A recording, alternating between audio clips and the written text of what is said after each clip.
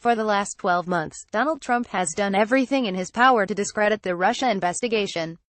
He called it a witch hunt. He dismissed it as fake news.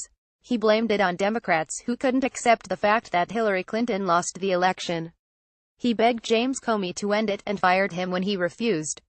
Last week, he and House Republicans began yet a new line of attack trying to shift the focus from Trump to Clinton by launching investigations into the Democratic funding of an opposition research dossier on Trump and the Russian government's purchase of a Canadian firm that had mining rights to a relatively small amount of American uranium.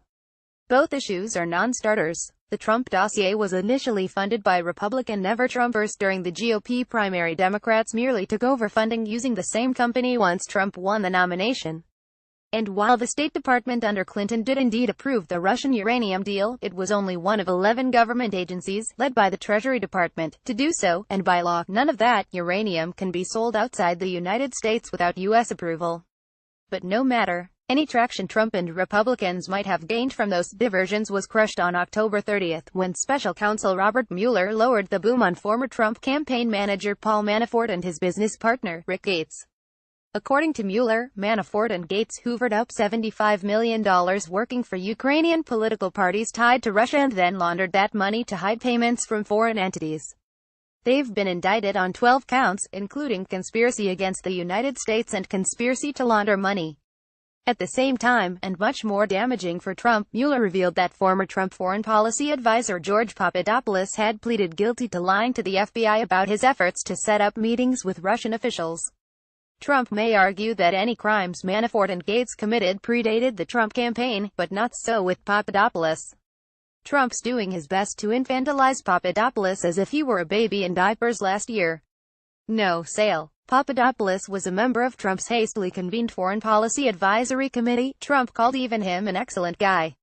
He reported to top campaign aides and actively worked on behalf of the campaign to set up meetings with Russian operatives who promised dirt, including emails, on Hillary Clinton.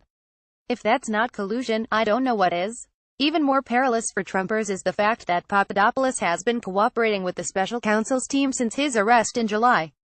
Mueller describes him as a proactive cooperator. Did he wear a wire? He's definitely been talking. And that alone should make Carter Page, Michael Flynn, Jared Kushner, Donald Trump Jr. and other top aides nervous. Because one thing is clear, the Russia investigation is not going away. It doesn't end here. This is just the first stop on Mueller's long road ahead.